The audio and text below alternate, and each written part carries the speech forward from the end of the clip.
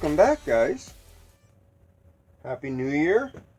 Hope everybody's having a great start to a new year. I thought I would see if I can get my PFAFF 332 working. Thought I'd bring you guys along. I don't know if any of you guys remember this machine. Some of you guys might have remembered this from a couple years back. I tried to get this machine going when I first got it, and the first problem I had is a pedal blew up. So I modified this Singer pedal. You can see I've JB welded the hinge back together. But I got this pedal working, so modified this pedal to work. It's got this plug on the end, plugs in the machine right over here. I have the cover off right now, and I'll explain that in a minute. Because I'm just giving you a little history on this machine if you're new to my channel. So, the first video, I'm trying to get the machine going, the pedal blew up. And then I tried to get the machine going after I repaired this pedal, and then I broke this belt. And that was the last we heard of this PFAFF 332. I was quite sad. I had to put it back on the shelf and start my search for a new cleated belt.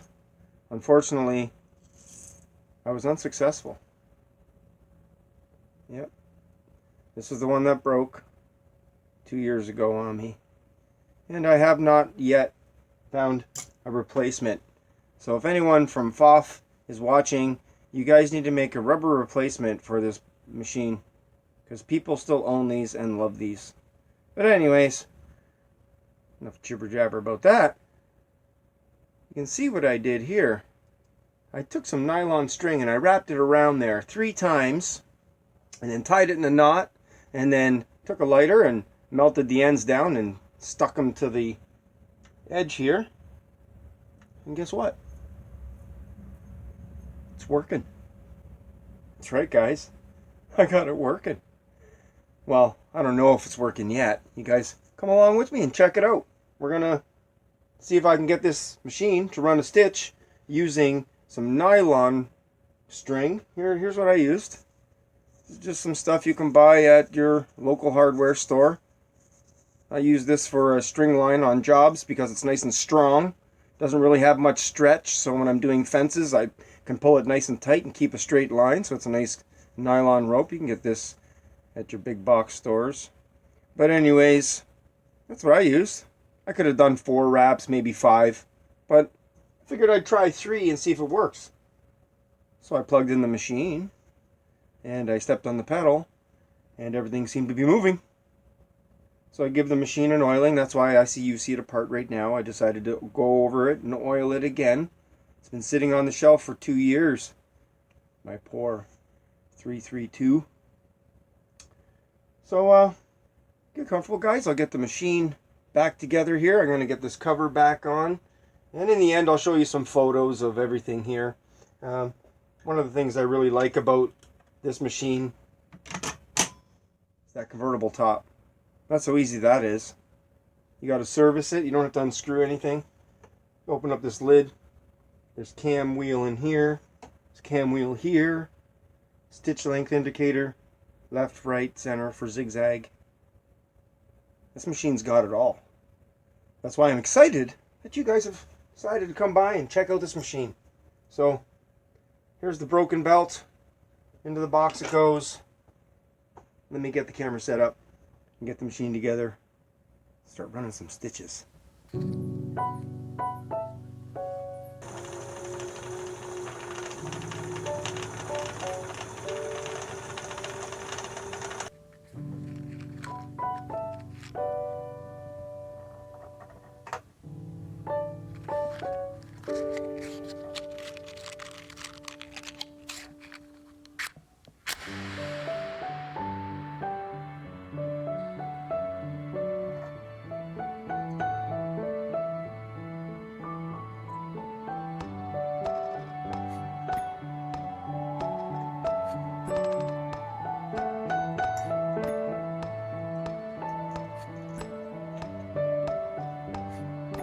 You want to see a cool feature this machine has that no other machine I've seen has?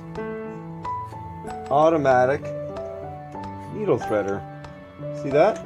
The little arm comes down and it puts a little hook through the eye of the needle, and all you have to do is lay your thread. There's a little nib on the actual arm. It's a little hard to do with my hands up here, but there's a little nib right here. So you run your thread on that nib and then lay it on top of the hooks right here and release, and it automatically pulls the thread through for you. Look at that, guys. You ever seen a machine with an automatic needle threader? That's one of the coolest features on this machine that I've seen, besides this little lever that drops a light so you can change the light bulb. Anyways, let me get some fabric and see if we can run some stitches. Okay, guys, it's time to see if the string is enough power to get the machine to sew. I know that when I had the machine apart, I was running the machine without any fabric or any thread in it, and it seemed to be working. So now it's time to see if we can run a stitch. In 2 years I've been waiting to use this machine, so I'm excited to see what the results are going to be. So right away we're just going to do a straight stitch off the hop. I got this on the longest. You see, make sure this is set in the center. That is set in the center. I shouldn't do that with my needle in there. That was bad. But anyways, let's see how she goes. Oh, it sounds good. And I see a stitch happening. Oh yeah, I see a nice stitch there. Oh, not too bad. Not too bad. The balancing's pretty good. Oh, I'm happy with that. You guys want to see? Alright, alright. Here I am hogging it. I guess I should show you. You see that? It's pink on the bottom, so it's a little hard to see. I'll show some photos at the end, but wow, that looks good. Okay, let's try a decorative stitch. Here's the wheel and the perfect sleeve and the perfect wheel that came with it. You can see on the wheel it has a diagram of the machine with all the letters that are oriented with the numbers that are in this little window. So when you turn this, it'll show you what number to put what dial at to get that stitch, and you have 2 sides to do. So I'm going to pick a stitch here. Let's take these diamonds. I'm going to pick these diamonds here. I'm going to turn this wheel. It's telling me A is 3, B is 4, and C is 2, and D has nothing in the window. So I'm assuming from what I read on this that it would be on 0 or 2. So I'll start with the top door. So this one here needs to be on 3. Okay, that is on 3. This one needs to be on 4. Okay, that's on 4. And this needs to be on 2. Now what they mean by 2 is left, middle, and right is 1, 2, and 3. So in the middle would be number 2. So that's right there. And D is 0. So I'm assuming, yep, it locked in itself. As soon as I moved this dial, it fell into 0. It doesn't say 0 on there, but I'm assuming a blank spot means 0. Now up here is the is going to be the width of the stitch, and it goes down to 1 up to 7, and 1 I noticed is a wider, that makes the pattern wider. So if you go to 7, it will make the pattern more narrow. But you have to also put your stitch length down to 0.5 excuse me, and make sure it's in the forward position, because there's forward and reverse. This locks your stitch length. So I'm going to bring this all the way down to uh, 0.5. So it goes 1 up to 5, right? So halfway between 1, and make sure this is all the way to the right. And I'm going to see if we get this diamond pattern. So let's give it a go, guys. I'm excited. I haven't got to do any of the decorative stitches. I haven't even got to use this machine yet. So let's see if it does the diamonds.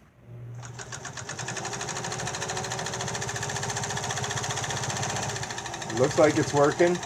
Oh, went too fast there and broke my thread. Alright. Looks like I'm going to have to do a do-over. Oh, but I got 2 diamonds. I think I have my stitch length too short. So I'm going to bring this up a little bit. I think that's needs to be a little bit above the halfway point. Yeah, that's pretty tight there. That's my fault. That's not the machine's. So let me rethread this quickly. Give myself a nice... I don't even have to do it off camera. I'll thread it with you guys watching. Oh yeah. Dinner and a show. How's that? Because this has the automatic threader. I'm not upset about it doing that. Okay, make sure this is up all the way. Press your foot down.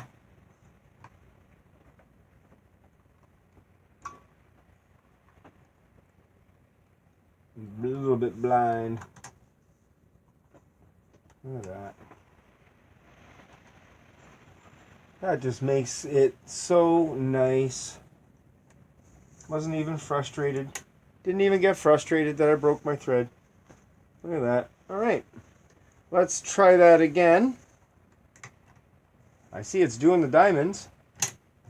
I'm going to set this to 1 right now. It's my first time using the machine, guys. I'm allowed to make mistakes, right? I'm allowed to blooper once in a while, no? Alright, let's see if we can get some diamonds.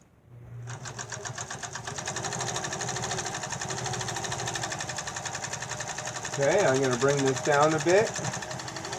Oh, see, I brought it in too much again and I snapped my thread. Well, looks like I'm going to have some playing to do. You can see I stretched it out and then as soon as I went to bring it in, I snapped it again. So, let me see if I can adjust this off camera. That way you guys don't have to watch the pain. And then I'll come back and see if we can do some decorative stitches. Okay guys, I think I got it figured out. At least the best I can get it for tonight. As you can see, I did a run down here and did some adjustments on my bobbin threads, and I think what I'm going to have to do is pull my bobbin case out and do a further polishing and get it nice and shiny and smooth, because I'm having a hard time balancing the two.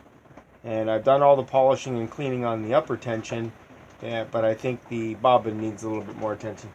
But anyways, enough jibber jabber. Let's see this thing doing some decorative stitch.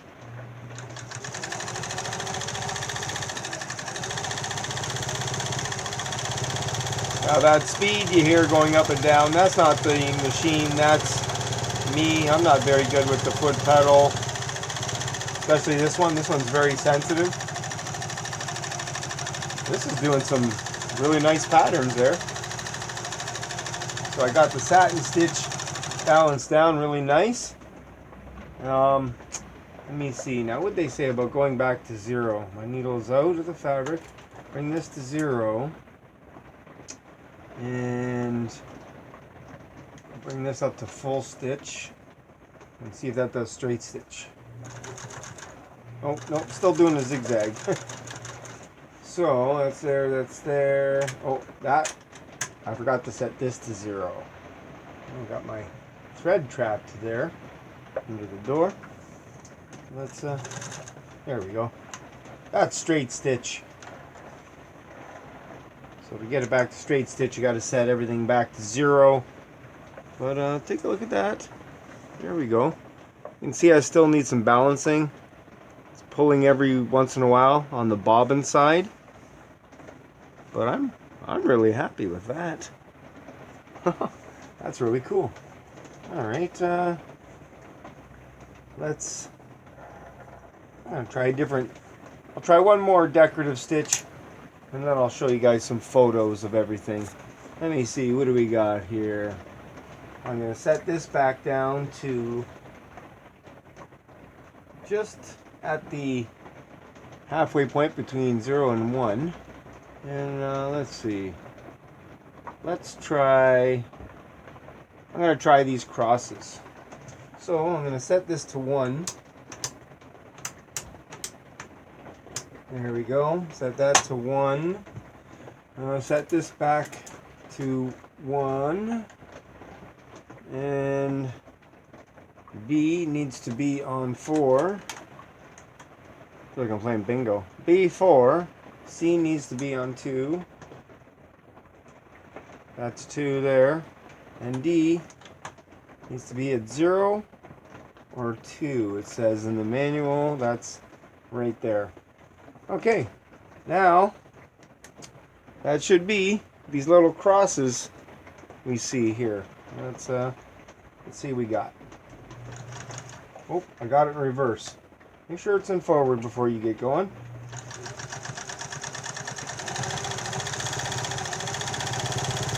Wow, this machine moves. I'm trying not to push the pedal too fast. And it just moves. Alright, let's see how those crosses look. I tried to reduce the satin stitch there to bring them in. It's hard to tell on this denim. I'm gonna have to get some better fabric to do this on. Yeah. Anyways, here you go, guys. I'll show you some pictures of my ugly, unbalanced stitches. But you know what? It's a great start. The machine is working. Now I can get all the other parts polished up inside of the bobbin carriage there, and I'm gonna play with this thing all night now.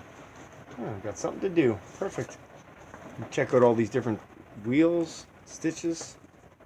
Anyways, guys, thanks for coming and checking out my PFAFF 332. I don't know about you guys, but I'm happy to see that this thing works just by using a little bit of string. That's all that's in there, guys. I just wrap that with a little bit of nylon string.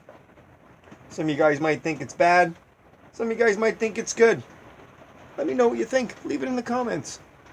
And while you're sitting there checking out these photos, why not hit that thumbs up? It's a new year. Let's see if we can start the year with a bunch of thumbs up on my first video. Anyways, I don't know about you guys, but I'm excited to have my PFAFF up and running. It's awesome. Anyways, till next time, guys. Stay safe. I'll talk to you again soon.